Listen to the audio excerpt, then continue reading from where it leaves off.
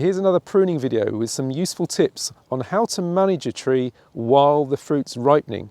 And most people wouldn't expect to be pruning a tree while the fruit's on the tree and still ripening, but there are advantages to doing that. This is Tom Putt, which is a multi-use apple. It can be used for cider, juicing, dessert and cooking, and it's ripening really well at the moment at the end of August. But you can see there are lots of these new shoots that, despite the drought, have grown very aggressively upwards. And these shoots are actually a problem for the ripening of the fruit because there is a competition between the tip here and the fruit itself. So by reducing the growth on this branch, we reduce that competition. And secondly, by reducing these shoots back a bit, we take the load off the branch, which means it's less likely to break under the weight of the crop. So this is how I'm going to do it. I'm looking for this year's growth, which is very easy to spot because it's got that purple tinge and it goes all the way back to here.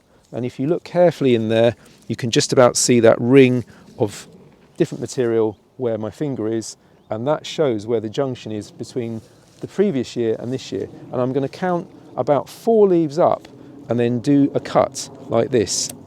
And that's called the modified Lorette pruning system. And what it does is it encourages fruit buds in the future on here, but look how much I've taken off. That's quite a few grams of weight. I'll do exactly the same on this branch here. I find the growing point, I count about 3 or 4 leaves up, I find the low bud, I do a slanting cut. And you're probably wondering, why do I do a slanting cut? The reason is the slanting cut heals much quicker than a straight cut, and I don't leave what we call coat hangers sticking out where they rot back and can cause disease. So just going over the tree, reducing back where there aren't leaves, you can see there's bare stem. That will be the fruit buds in the future. I'm going to do exactly the same here. In fact, I'll do that cut there. And I'll work my way over this entire tree, reducing the load as I go. And what that will do is it will shape up the tree, but I have to remember that what I want really is a narrow canopy tree. So I'm going to leave the upward shoots that are there. And I'm just shortening these back. And ultimately, probably in about 3 years' time, I'll remove this branch entirely. And that will help the tree to become much more upright.